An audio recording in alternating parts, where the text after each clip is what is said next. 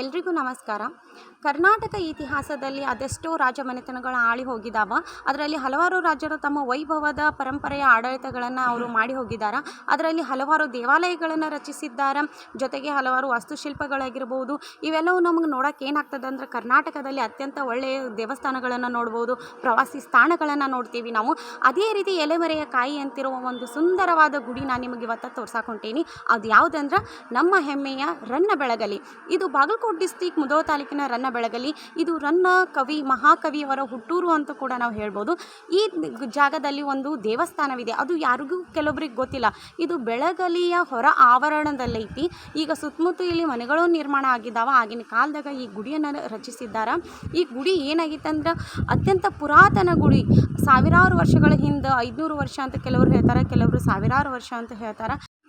ಈ ಗುಡಿಯನ್ನು ಯಾರು ಕಟ್ಟಿಸಿದ್ರು ಅನ್ನೋದು ಅಷ್ಟು ಕೆಲವರಿಗೆ ಗೊತ್ತಿಲ್ಲ. ಬಟ್ ಯಾವ ರಾಜಮನೆತನ ಕಟ್ಟಿಸಿದೆ ಅನ್ನೋದನ್ನು ನಾವು ಹೇಳ್ಬೋದು. ಅದು ಈ ದೇವಾಲಯವನ್ನು ನಿರ್ಮಿಸಿದ ರಾಜಮನೆತನ ಅದು ಯಾವುದಂದ್ರೆ ಕಲ್ಯಾಣ ಚಾಲುಕ್ಯರು. ನೋಡಿ, ಈ ಚಾಲುಕ್ಯರು ನಮ್ಮ ಇತಿಹಾಸದ ಪುಟಗಳಲ್ಲಿ ಅವರ ಒಳ್ಳೆಯ ರೀತಿ ಕೃತಿಯನ್ನು ಮೆರೆದಿದ್ದಾರೆ. ಹಲವಾರು ವಾಸ್ತುಶಿಲ್ಪಗಳನ್ನು ಕೊಡುಗೆಯಾಗಿ ಕೊಟ್ಟಿದ್ದಾರೆ. ನೋಡಿರಿ, ಚಾಲುಕ್ಯ ಮಹಾರಾಜರಲ್ಲಿ ಅತಿ ಶ್ರೇಷ್ಠವಾದವರು ಇಮ್ಮಡಿ ಪುಲಕೇಶಿ ಅವರು. ನಮ್ಮ ಬದಾಮಿಯಲ್ಲಿ ಹಲವಾರು ರೀತಿಯ ಶಿಲ್ಪಕಲೆಗಳನ್ನು ನಾವು ನೋಡ್ಬೋದು.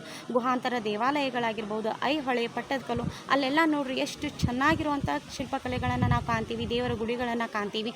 ಅದೇ ರೀತಿ ನಮ್ಮ ರನ್ನಬೆಳಗಲಿಯಲ್ಲಿ ಕೂಡ ಒಂದು ದೇವಸ್ಥಾನವಿದೆ. ಅದ್ಯಾವ ದೇವಸ್ಥಾನ ಅಂದ್ರೆ ಅಮರೇಶ್ವರ ದೇವಸ್ಥಾನ. ಆ ದೇವಸ್ಥಾನವನ್ನು ನಾನು ನಿಮಗೆ ತೋರ್ಸಾಕೊಂಟೇನಿ. ಬರೀ ಎಲ್ಲರೂ ನೋಡಕ್ಕೆ ಹೋಗೋಣ.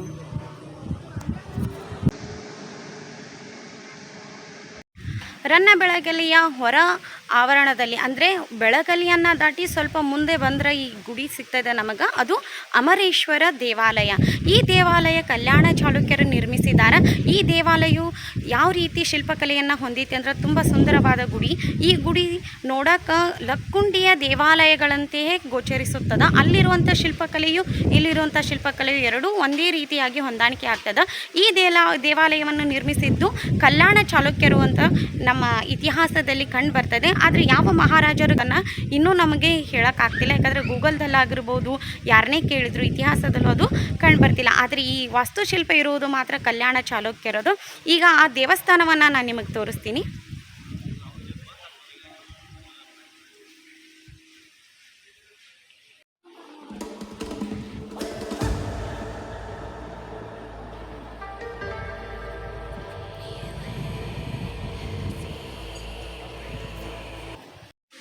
ಕಲ್ಯಾಣ ಚಾಲುಕ್ಯರು ನಿರ್ಮಿಸಿದ ಅಮರೇಶ್ವರ ದೇವಾಲಯವು ಎಷ್ಟು ಸುಂದರವಾದ ವಾಸ್ತುಶಿಲ್ಪಗಳನ್ನು ಹೊಂದಿದೆ ಅಂದರೆ ಹೊರ ಆವರಣದಲ್ಲಿರುವ ವಾಸ್ತುಶಿಲ್ಪಗಳನ್ನು ನಾನು ನಿಮಗೆ ಮೊದಲಿಗೆ ತೋರಿಸ್ತೀನಿ. ಆಮೇಲೆ ಗರ್ಭಗುಡಿ ಒಳಗಿನ ಶಿವಲಿಂಗವನ್ನು ತೋರಿಸ್ತೀನಿ. ಹೊರ ಆವರಣದಲ್ಲಿರುವ ನೋಡ್ರಿ ಶಿಲ್ಪ ಕಲಾಕೃತಿ ಹೆಂಗೈತೆ ಅಂತ ಇಲ್ಲಿ ಹೂಗಳನ್ನು ಕೆತ್ತಿದ್ದಾರೆ. ಇದೇ ರೀತಿ ಕಲಾಕೃತಿಗಳನ್ನು ನಾವು ಐಹೊಳೆ, ಪಟ್ಟದಕಲ್ಲು, ಬದಾಮಿಗಳಲ್ಲಿಯೂ ಸಹ ನೋಡ್ಬೋದು. ನೋಡಿ, ಕಲ್ಲುಗಳಲ್ಲಿ ಕೆತ್ತಿರುವಂಥ ಶಿಲ್ಪ ಕಲಾಕೃತಿಗಳು ಎಷ್ಟು ಸುಂದರವಾಗಿ ಗೋಚರಿಸ್ತಾವಂತ.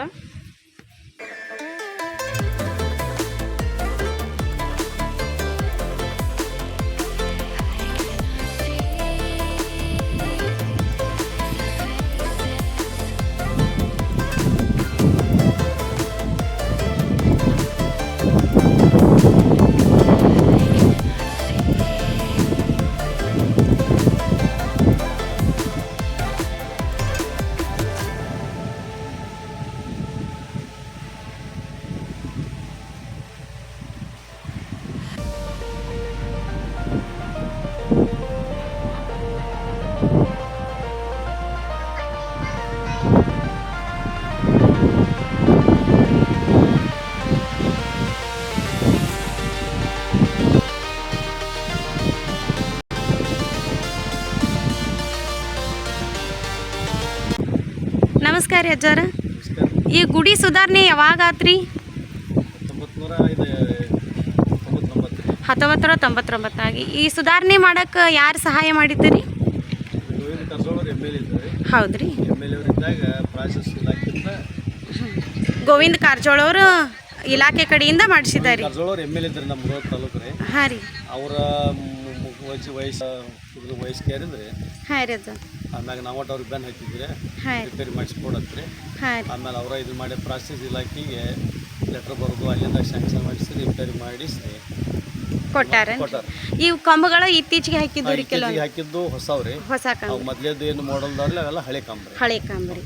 ಈ ಕೆಳಗಡೆ ಪರಿಶಿ ಇವೆಲ್ಲ ಈಗ ಮಾಡಿದ್ದು ರೀ. ಕಾಂಪೌಂಡ್ ಇವು ಪರಿಸರಿ ಈಗ ಮಾಡಿದ್ರು. ಈ ಗಾರ್ಡನ್ ಎಲ್ಲ ಈಗ ಮಾಡಿದವನ್ರಿ ಅಜ್ಜ? ಗಾರ್ಡನ್ ಈಗ ಮಾಡಿದ್ರು. ಹೌದ್ರಿ ಅಜ್ಜ. ತಮ್ಮ ಹೆಸರೇನ್ರಿ ಅಜ್ಜ? ರಂಗಪ್ಪ ಲಕ್ಷ್ಮಣ್ ಒಂಟಗೋಡಿ ಅಂತ್ರಿ. ಒಂಟಗೋಡಿ ಅವರು ಪಂಚಾಯತಿ ಮಾಜಿ ಅಧ್ಯಕ್ಷರು. ತಾಲೂಕ್ ಪಂಚಾಯತಿ ಮಾಜಿ ಅಧ್ಯಕ್ಷರು. ಹೌದ್ರಿ. ಈ ಗುಡಿ ಬಗ್ಗೆ ನಿಮ್ಗೇನು ಅಷ್ಟು ಗೊತ್ತೈತೇನ್ರಿ? ಇದು ಕಲ್ಯಾಣ ಚಾಲುಕ್ಯರು ಕಟ್ಟಿದೆ, ಯಾರ ರಾಜ ಕಟ್ಟಿದ್ ಗೊತ್ತಿದೆ? ಭಾಳ ವರ್ಷದ ಐತಿ. ನಾವು ಅವ್ರ ಫಾರೆಸ್ಟ್ ಇಲಾಖೆಯವರು 500 ವರ್ಷದ ಹಿಂದಿನ ಇರ್ಬೋದು ಅಂತ ಅವ್ರು ಅಂದಾಜು ಮಾಡಿದ್ರು. 500 ವರ್ಷದ ಹಿಂದಿನ ಗುಡಿ ಐತೆ. ಹಿಂದಿನ ಇರ್ಬೋದು ಅಂತ ಅವ್ರು ಅಂದಾಜು ಮಾಡಿದ್ರಿ. ಹಾಂ ರೀ ಅಜ್ಜ. ಅವ್ರು ಹೇಳಿದ್ರ ಪ್ರಕಾರ ನಮಗೇನಷ್ಟು ನಾವು ಆಯ್ತು ಹೇಳ್ರಿ ಅಜ್ಜ. ನಿಮ್ಮಿಂದ ಒಳ್ಳೆ ಮಾಹಿತಿ ಸಿಕ್ತ್ರಿ. ನಮಸ್ಕಾರ ರೀ. ದೇವಾಲಯದ ಕೆಲವು ಕಂಬಗಳು ಏನಾಗಿದ್ವು ಅಂದ್ರೆ ಅಸ್ತವ್ಯಸ್ತಗೊಂಡಿದ್ವು ಅಂತ ಆ ಕಂಬಗಳನ್ನು ಪುನರ್ ನಿರ್ಮಾಣಗೊಳಿಸಲಾಗಿದೆ. ಅದಕ್ಕೆ ಇಲ್ಲೊಬ್ರು ಅಜ್ಜಾರನ್ನ ಕೇಳಿದ್ವಿ 1999 ಈ ಕಡೆ ಅದನ್ನು ನಿರ್ಮಾಣಗೊಳಿಸೈತಂತ. ಆ ಟೈಮ್ದಾಗ ನೋಡ್ರಿ ಅಲ್ಲಿ ಹಾಳಾಗಿರುವಂಥ ಕಂಬಗಳನ್ನು ತೆಗೆದು ಇಲ್ಲಿಟ್ಟಾರ. ಇವು ಹಳೆ ಕಾಲದ ಕಂಬಗಳು. ಅಲ್ಲಿ ಹೊಸ ಕಂಬಗಳನ್ನು ಮತ್ತೆ ಪುನರ್ ಅಲ್ಲಿ ರಚಿಸಲಾಗೈತಿ. ಆ ಕಂಬಗಳ ತನೆಯನ್ನು ನಾನು ನಿಮಗೆ ತೋರಿಸ್ತೀನಿ. ಆ ಕಂಬ ಹೆಂಗೈತೆ ಅನ್ನೋದು ನಾನು ನಿಮಗೆ ತೋರಿಸ್ತೀನಿ. ಇಲ್ಲಿ ಹಳೆ ಕಂಬಗಳನ್ನು ನಾನು ನಿಮಗೆ ತೋರಿಸ್ತೀನಿ ಬರ್ರಿ. ಇವು ನೋಡ್ರಿ ಹಳೆ ಕಂಬಗಳು. ಈ ಹಳೆ ಕಂಬದ ಮೇಲಿರುವಂಥ ಕಲಾಕೃತಿಯನ್ನು ನೋಡ್ರಿ, ಎಷ್ಟು ವಿಧವಾಗಿ ಕೆತ್ತನೆಗಳನ್ನು ಮಾಡಿದಾರ. ಇಷ್ಟು ಪೇಷನ್ಸ್ ತೊಗೊಂಡು ಹೆಂಗೆ ಕೆತ್ತಿರಬೇಕು ಆಗಿನ ಶಿಲ್ಪ ಕಲಾಕೃತಿಯನ್ನು ಮಾಡೋರು ನೋಡ್ರಿ. ಶಿಲ್ಪಿಗಳಿಗೆ ನಾವು ಸ್ಮರಿಸಬೇಕು. ಡಂಕಣ್ಣ ಮತ್ತು ಚಕ್ಕಣ್ಣ ಅವರನ್ನು ನಾವು ಹೆಂಗೆ ಸ್ಮರಿಸ್ತೇವಲ್ಲ ಅದೇ ರೀತಿ ಇಲ್ಲಿ ಕೆತ್ತಿರೋಂಥ ಶಿಲ್ಪಿಗೂ ಕೂಡ ನಾವು ಸ್ಮರಿಸಬೇಕಾಗ್ತದೆ. ನೋಡಿರಿ, ಒಂದು ಕಲ್ಲಲ್ಲಿ ಇಷ್ಟು ಸಣ್ಣ ರೀತಿಯಿಂದ ಚಿತ್ರಗಳನ್ನು ಕೆತ್ತಬೇಕಂದ್ರೆ ಅವ್ರು ಎಷ್ಟು ಸಮಯ ತೊಗೊಂಡಿರ್ಬೇಕು, ಎಷ್ಟು ತಾಳ್ಮೆಯಿಂದ ಕೆತ್ತಿರಬೇಕು. ಇದನ್ನೆಲ್ಲ ನೋಡ್ರಿ ನಮ್ಮ ಮನಸ್ಸಿಗೆ ಎಷ್ಟು ಖುಷಿ ಆಗ್ತದೆ.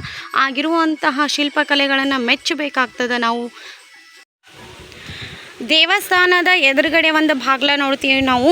ಇಲ್ಲಿ ಒಂದು ಬಾಗಿಲು, ಅದರ ಅಪೋಸಿಟ್ ಅಲ್ಲಿ ಬರೋಕ್ಕೂ ಒಂದು ಬಾಗ್ಲವನ್ನು ನಿರ್ಮಾಣ ಮಾಡಿದ್ದಾರೆ ನೋಡ್ರಿ. ಇದು ಎಷ್ಟು ಚಂದ ಐತಿ.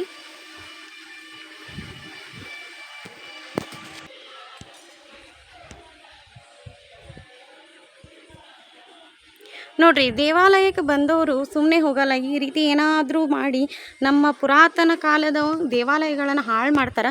ಬಂದವರು ನೋಡ್ರಿ ಅದನ್ನು ಮಾದರಿ ಯಾವ ರೀತಿ ಕೆತ್ಯಾರ, ಹೆಂಗಿರ್ತದ ಅನ್ನೋದನ್ನು ಖುಷಿ ಪಡ್ರಿ. ಈ ರೀತಿ ಹಾಳು ಮಾಡೋಕ್ಕೆ ಹೋಗಬೇಡ್ರಿ. ಯಾಕಂದ್ರೆ ರಾಜ ಮಹಾರಾಜರ ಕಾಲದ ವೈಭವದ ಗುಡಿಗಳು ಇವು ದೇವಾಲಯಗಳನ್ನು. ಇದನ್ನು ನೋಡೋದೇ ನಮ್ಮ ಪುಣ್ಯ. ಇನ್ನೊಂದು ಸ್ವಲ್ಪ ವರ್ಷ ಹೋದ್ಮೇಲೆ ಈ ಗುಡಿಗಳು ಸಿಗ್ತಾವೋ ಇಲ್ಲೋ ಗೊತ್ತಿಲ್ಲ. ನಾವು ನೋಡಕತ್ತೀವಿ ಅಂದ್ರೆ ನಾವು ಪುಣ್ಯ ಮಾಡೇವಿ. ಇದನ್ನು ನಮ್ಮ ಮುಂದಿನ ಪೀಳಿಗೆಗಳಿಗೆ ನಾವು ಏನು ಮಾಡಬೇಕು, ನೋಡೋಕೆ ಅವಕಾಶಗಳನ್ನು ಮಾಡಿಕೊಡ್ಬೇಕು. ದೇವಸ್ಥಾನಕ್ಕೆ ಬಂದಿರಂದ್ರೆ ಸುಮ್ಮನೆ ನೋಡಿ ಹೋಗಬೇಕು. ಈ ರೀತಿ ನೋಡ್ರಿ, ಇಲ್ಲಿ ಯಾರೋ ಏನೋ ಗಲೀಜು ತಿಂದು ಒಗದಾರಲ್ಲಿ ದೇವ್ರ ಗುಡಿ ಇದ್ರೊಳಗೆ. ಆ ರೀತಿ ಅದು ಮಾಡೋಕ್ಕೆ ಹೋಗಬಾರ್ದು.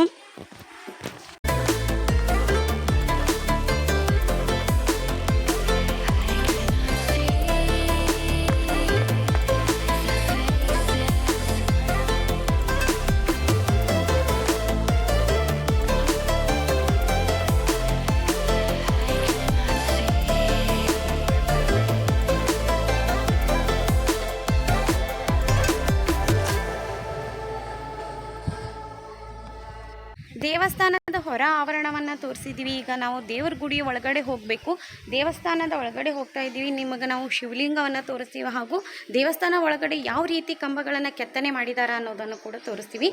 ನೋಡ್ರಿ, ಇಲ್ಲಿ ದೇವಸ್ಥಾನ ಒಳಗಡೆ ಬಂದ ತಕ್ಷಣವೇ ಈ ರೀತಿ ಕಟ್ಟೆಗಳನ್ನು ನಿರ್ಮಿಸಿದ್ದಾರೆ.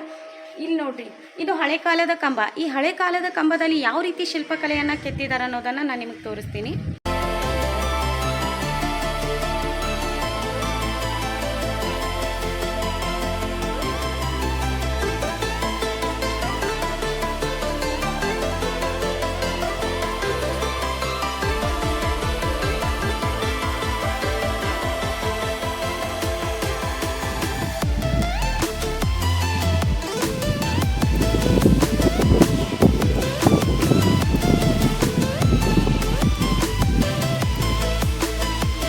ನೋಡ್ರಿ, ದೇವಸ್ಥಾನದ ಕಂಬಗಳು ಯಾವ ರೀತಿ ಅದಾವ ತೋರಿಸಿದೆ ನಾ ಈಗ. ಈ ದೇವಸ್ಥಾನದ ಕಂಬದಲ್ಲಿ ನೋಡ್ರಿ, ಇಲ್ಲಿ ಹೂವಿನ ಆಕೃತಿಯಲ್ಲಿ ಕೆತ್ತನೆಯನ್ನು ಮಾಡಿದಾರ. ಅಲ್ಲಿ ಕೂಡ ಆ ಕಂಬದಲ್ಲೂ ಸಹ ಹೂವಿನ ಆಕೃತಿಯಲ್ಲಿ ಕೆತ್ತನೆ ಐತಿ. ಆದರೆ ಆ ಕಂಬದಲ್ಲಿ ಮಾತ್ರ ಚಿತ್ರಗಳು ಬೇರೆ ಇದಾವೆ ನೋಡ್ರಿ. ಒಂದೊಂದು ಕಂಬದಲ್ಲಿ ಒಂದೊಂದು ರೀತಿ ಚಿತ್ರಗಳನ್ನು ಕೆತ್ತೋದು ಎಷ್ಟು ತಾಳ್ಮೆ ಐತೆ ಆ ಶಿಲ್ಗಳಿಗೆ ಅನ್ನೋದನ್ನು ನಾವು ಇಲ್ಲಿ ಕಂಬದ ಕೆತ್ತನೆ ಮುಖಾಂತರವೇ ನೋಡ್ಬೋದು. ನೋಡ್ರಿ, ಎಷ್ಟು ಚೆನ್ನಾಗಿ ಕೆತ್ತನೆಯನ್ನು ಮಾಡಿದಾರ ಇಲ್ಲಿ ನೋಡ್ರಿ. ಈ ಕಂಬದಲ್ಲಿ ಈ ಥರ ಡಿಸೈನ್ ಮಾಡಿದ್ದಾರೆ ನೋಡ್ರಿ. ಅಲ್ಲಿ ಹೂವಿನ ಆಕೃತಿ ಇತ್ತು, ಆಮೇಲೆ ಸರದ ಥರ ಡಿಸೈನ್ ಮಾಡಿದ್ರು. ಇವಾಗ ನೋಡ್ರಿ ಇಲ್ಲಿ ಈ ರೀತಿ ಕೆತ್ತನೆಯನ್ನು ಮಾಡಿದ್ದಾರೆ.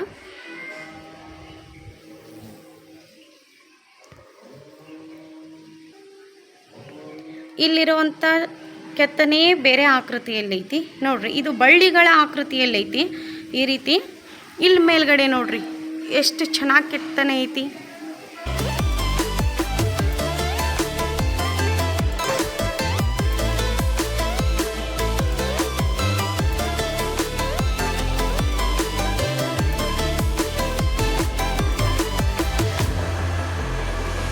ಪ್ರತಿಯೊಂದು ಕಂಬದ ಕಲಾಕೃತಿಯು ವಿಧ ವಿಧವಾಗೈತಿ ನೋಡ್ರಿ. ಇಲ್ಲಿ ಈ ರೀತಿ ಡಿಸೈನ್ ಮಾಡಿದಾರ. ಅಲ್ಲಿ ಆಗಲೇ ಆ ಕಂಬದ ಮೇಲೆ ಉಗ್ರ ನರಸಿಂಹಸ್ವಾಮಿ ಕೆತ್ತನೆಯನ್ನು ನಾವು ಕಂಡೀವಿ. ಈಗ ನೋಡ್ರಿ ಇಲ್ಲಿ ಯಾವ ರೀತಿ ಹೂವಿನ ಚಿತ್ರಾಕೃತಿಯನ್ನು ಮಾಡಿದಾರ. ಈ ಕಂಬದಲ್ಲಿ ನೋಡ್ರಿ ಯಾವ ರೀತಿ ನವಿಲಿನ ಕಲಾಕೃತಿಯನ್ನು ಕಾಣ್ಬೋದು. ಇದು ನವಿಲು. ಈ ನವಿಲಿನ ಮುಂದೆ ಇಲ್ಲೊಂದು ಮತ್ತು ಯಾವುದೋ ಚಿಕ್ಕ ಪ್ರಾಣಿ ಥರ ಮಾಡಿದಾರ. ಈ ನವಿಲಿನ ಕಲಾಕೃತಿಗಳನ್ನು ನಾವು ಕಾಣ್ಬೋದು. ಎಷ್ಟು ಚೆನ್ನಾಗಿ ಕೆತ್ತನೆಗಳನ್ನು ಕಾಣ್ತೀವಿ ನೋಡಿ ನಾವು. ನಮ್ಮ ಇತಿಹಾಸದ ಪುಟಗಳನ್ನು ತೆಗೆದುತ್ತಾ ಹೋದರೆ ನಾವು ಪ್ರತಿಯೊಂದು ಊರಲ್ಲಿಯೂ ನಾವು ಈ ರೀತಿ ವಾಸ್ತುಶಿಲ್ಪಗಳನ್ನು ಹೊಂದಿರುವಂಥ ದೇವಾಲಯಗಳನ್ನು ಕಾಣ್ಬೋದು. ಆ ದೇವಾಲಯಗಳು ಎಲೆಮರೆಕಾಯಿ ಥರ ಏನಾಗ್ಯಾವಂದ್ರೆ ಕೆಲವೊಂದು ನಶಿಸಿ ಹೊಂಟಾವ, ಇನ್ನು ಕೆಲವೊಂದು ಉಳಿದ್ರೂ ಸತಿಕ ಅದು ಕೆಲವರಿಗೆ ಉಳಿಸ್ಕೊಳ್ಳೋಕೆ ಸಾಧ್ಯ ಆಗ್ತಿಲ್ಲ. ಅದೇ ರೀತಿ ಇಲ್ಲಿ ಸುತ್ತಮುತ್ತ ನಾವು ಎಷ್ಟೋ ದೇವಾಲಯಗಳನ್ನು ನೋಡ್ತೀವಿ. ಇದೇ ನಮ್ಮ ಜಮಖಂಡಿಯಲ್ಲಿ ಸಹ ಈ ಥರ ದೇವಾಲಯವನ್ನು ಕಾಣ್ತೀವಿ ನೋಡಿ.